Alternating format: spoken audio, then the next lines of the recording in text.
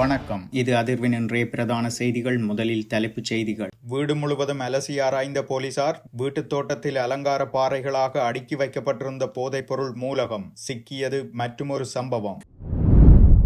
ஈரானில் இருந்து கொண்டுவரப்பட்டதா கொள்கலன் பெட்டிகள். கெகல் பத்ரவின் பயங்கர செயற்பாடுகள். தொடர் விசாரணைகளில் பல அதிர்ச்சி தகவல்கள். இறுதிக் கட்டத்தில் விடுதலை புலிகளின் தலைவரை கொலை செய்யுமாறு சம்பந்தன் கூறினாரா? ஸ்ரீதரன் வெளியிட்ட தகவல்.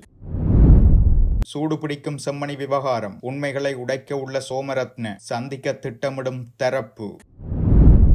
ரணில் சஜித் அணிகள் இணைந்து செயற்பட முடிவு. ஜனாதிபதி அனுர அவர்களே, புகைப்படங்களுடன் வந்த அமைச்சருக்கு பாடம் எடுக்கவும். நீங்களும் ஈஸ்டர் தாக்குதலில் இதைத்தான் சொன்னீர்கள். மொட்டு கட்சியின் முன்னாள் நாடாளுமன்ற உறுப்பினர் கூறியதென்ன? இலங்கையில் வெளிப்புற தலையீடு வேண்டாம். ஜெனீவாவில் விஜித ஹேரத்.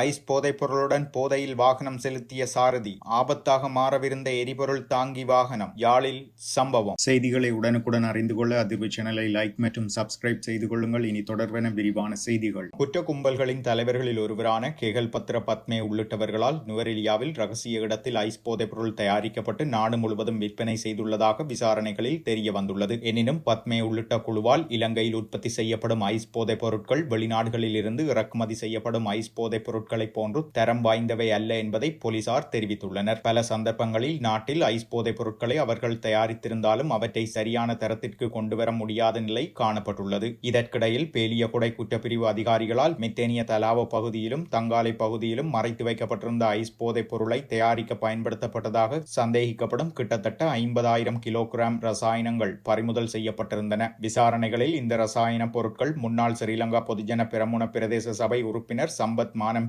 மற்றும் அவரது சகோதரர் பியால் மானம்பேரி ஆகியோரால் மறைக்க வைக்கப்பட்டிருந்தமை தெரிய வந்திருந்தது. இதேவேளை நேற்று முன்தினம் தங்காலையில் கைவிடப்பட்ட காணியில் மித்தேனியாவில் கண்டெடுக்கப்பட்டதை போன்ற மற்றொரு ரசாயன தொகையை போலீசார் கண்டுபிடித்திருந்தனர். அவை பறிமுதல் செய்யப்பட்டு போலீசாரிடம் ஒப்படைக்கப்பட்டன. ஈரானில் இருந்து 2 கொள்கலன்களில் இந்த ரசாயன பொருட்கள் இலங்கைக்கு கொண்டு வரப்பட்டதா என்பதை போலீசார் சந்தேகிக்கின்றனர். கெகல் பத்ர பத்மே இந்த 2 கொள்கலன்களையும் அனுப்பிய நிலையில் அவருக்கு பாணாந்துறையை சேர்ந்த குடுநிலங்க உதவியுள்ளார் என தெரிய வந்துள்ளது. இதேவேளை நேற்றைய தினம் கந்தானையில் படிக மெதம்பெட்டாமைன் என அழைக்கப்படும் ஐஸ் தயாரிப்பில் பயன்படுத்தப்பட்டதாக சந்தேகிக்கப்படும் 100 கிலோவிற்கும் அதிகமான ரசாயனங்களை இலங்கை காவல்துறையினர் கண்டுபிடித்துள்ளனர். கண்டுபிடிக்கப்பட்ட ரசாயன பொருள் வீட்டின் தோட்டத்தில் அலங்கார பாறைகளாக வைக்கப்பட்டிருந்ததாக போலீசார் தெரிவித்தனர். இந்த பொருள் சம்பவ இடத்தில் அப்புறப்படுத்தப்பட்டதாக காவல்துறையினர் தெரிவிக்கின்றனர். அதே நேரத்தில் இது தொடர்பாக எந்த சந்தேக நபர்களும் கைது செய்யப்படவில்லை. தற்போது காவலில் உள்ள சந்தேக நபரிடம் நடத்தப்பட்ட விசாரணைகளை தொடர்ந்து இந்த பொருள் கண்டுபிடிக்கப்பட்டதாக காவல்துறை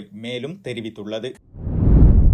தமிழீழ விடுதலை புலிகளின் தலைவரை கொலை செய்யுமாறு மறைந்த முன்னாள் நாடாளுமன்ற உறுப்பினர் ரா சம்பந்தன் கூறியதாக பாட்டாளி சம்பிக்க ரணவக்க தெரிவித்த கருத்தில் உண்மைத்தன்மை இல்லை என நாடாளுமன்ற உறுப்பினர் சிவஞானம் ஸ்ரீதரன் தெரிவித்துள்ளார். தனியார் ஊடகம் ஒன்றிற்கு வழங்கிய செவ்வியிலே இவ்வாறு குறிப்பிட்டுள்ளார். அவர் மேலும் தெரிவிக்கையில், இந்த விடயம் தொடர்பில் சம்பந்தன் உள்ளிட்ட இலங்கையின் தமிழ் தலைவர்கள் மற்றும் கருணாநிதி, ஜெயலலிதா, ஜெயசங்கர் போன்றோருடனும் சந்தித்து கலந்துரையாடியதாக பாட்டாளி சம்பிக்க ரணவக்க குறிப்பிட்டிருந்தார். ஆனால் அவர் குறிப்பிட்ட நபர்கள் யாரும் தற்போது உயிருடன் இல்லாததால் அதற்கான ஆதாரங்கள் எதுவும் இல்லை. அத்துடன் தமிழீழ விடுதலை புலிகளின் தலைவரை கொல்லுங்கள், சர்வதேசம் எமக்கு நீதியை தரும் என்று சம்பந்தன் கூறவில்லை எனவும் அவர் குறிப்பிட்டுள்ளார். மேலும் இறுதி யுத்தம் நடக்கும் காலப்பகுதியில் சம்பந்தனுக்கு சர்வதேச தரப்புகளால் சில செய்திகள் செல்லப்பட்டுள்ளதா என்பது குறித்து தமக்கு தெரியாதெனவும் சிவஞானம் ஸ்ரீதரன் தெரிவித்துள்ளார்.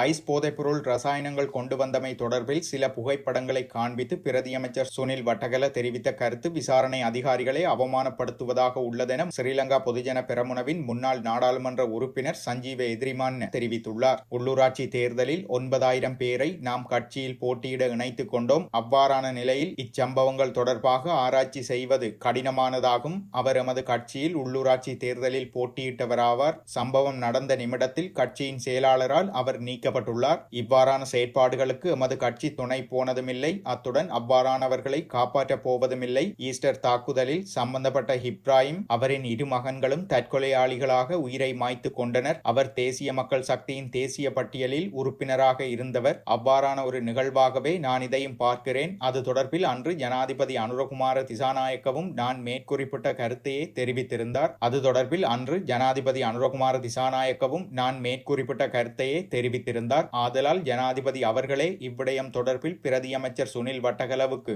விளக்கம் அளிக்குமாறு கேட்டுக்கொள்கிறேன் எனவும் அவர் குறிப்பிட்டுள்ளார்.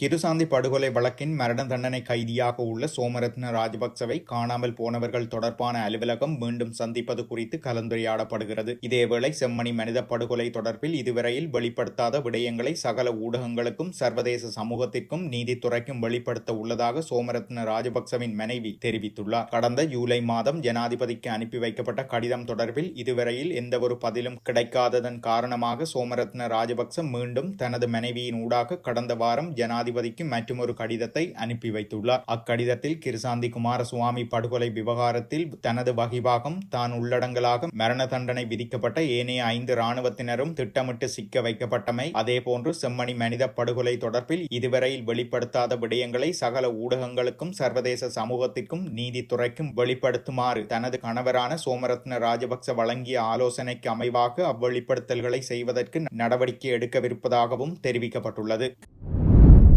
ஜெனீவாவில் நடைபெறும் ஐக்கிய நாடுகள் மனித உரிமைகள் பேரவையின் 60வது கூட்டத்தொடரில் ஐக்கிய நாடுகள் மனித உரிமைகள் உயர்ஸ்தானிகர் வோல்கர் டர்க் இலங்கை குறித்து தமது அறிக்கையை முன்வைத்தார். அந்த அறிக்கைக்கு இலங்கை அரசாங்கம் சார்பில் பதில் வழங்கிய வெளிவிவகார அமைச்சர் உள்நாட்டு பொறிமுறையின் ஊடாக மாத்திரமே பொறுப்புக்கூறல் செயல்முறைக்கு இலங்கை உறுதி பூண்டுள்ளதாக தெரிவித்துள்ளார். அத்துடன் மனித உரிமை மீறல்களை விசாரிப்பதற்காக எந்தவொரு வெளிப்புற தலையீடு அல்லது வழிமுறைகளையும் இலங்கை நிராகரிப்பதாக வெளிவிவகார அமைச்சர் விஜிதஹேர தெரிவித்துள்ளார். புதிய அரசாங்கத்தினால் தற்போது ஏற்பட்டு வரும் முன்னேற்றத்தை ஒப்புக்கொள்ளுமாறும் பொறுப்புக்கூறல் வழிமுறைகள் உட்பட நிர்வாகத்தின் வாக்குறுதிகளை நிறைவேற்ற மேலும் இலங்கை அரசாங்கத்திற்கு கால அவகாசம் வழங்க வேண்டும் எனவும் ஐக்கிய நாடுகள் மனித உரிமைகள் பேரவையிடம் அமைச்சர் கோரிக்கை விடுத்துள்ளார்.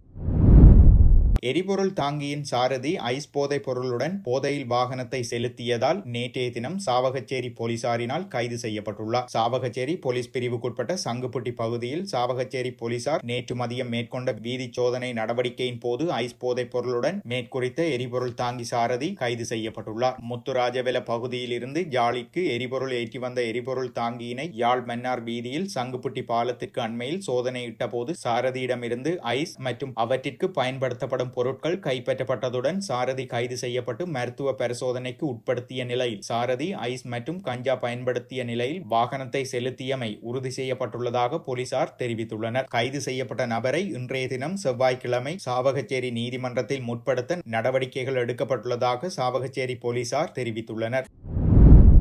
ஆரம்ப பேச்சுவார்த்தைகளின் போது எட்டப்பட்ட இணக்கப்பாட்டுக்கமைய ஐக்கிய தேசிய கட்சியானது ஐக்கிய மக்கள் சக்தி மற்றும் ஏனைய கட்சிகளுடன் இணைந்து தொடர்ந்து அரசியல் செயற்பாடுகளில் ஈடுபட தீர்மானித்துள்ளது. ஐக்கிய மக்கள் சக்தி உள்ளிட்ட எதிர்க்கட்சிகளுடன் செயற்படுவதற்காக குழு ஒன்றாகவோ அல்லது அதற்கு நிகரான பொறிமுறையாகவோ இந்த நடவடிக்கைகள் முன்னெடுப்பதே ஐக்கிய தேசிய கட்சியின் நிலைப்பாடாக காணப்படுவதாக கூறப்படுகிறது. பொது காரணிகள் தொடர்பில் ஐக்கிய மக்கள் சக்தியுடனும் ஏனைய எதிர்க்கட்சிகளுடனும் எவ்வாறு செயற்படுவது என்பது தொடர்பில் கடந்த வாரங்களில் ஐக்கிய தேசிய கட்சி பல கலந்துரையாடல்களை முன்னெடுத்திருந்தது. அந்த கலந்துரையாடல்களில் எட்டப்பட்ட இணக்கப்பாட்டுக்கு அமைய முன்வைக்கப்பட்ட காரணிகளை தொடர்ந்தும் நடைமுறைப்படுத்துவதற்கு ஐக்கிய தேசிய கட்சி தீர்மானித்துள்ளது என்று அக்கட்சியின் தவிசாளர் வஜிர அபேவர்த்தன தெரிவித்துள்ளார். அதற்கமைய ஐக்கிய மக்கள் சக்தியுடன் வெளிப்படையாக இணைந்து செயற்படுவதற்கு தீர்மானிக்கப்பட்டுள்ளது என வஜிர அபேவர்த்தன மேலும் கூறியுள்ளார். இத்துடன் செய்திகள் நிறைவடைகின்றன. மறக்காமல் அதிர்வு சேனலை லைக் மற்றும் சப்ஸ்கிரைப் செய்து கொள்ளுங்கள்.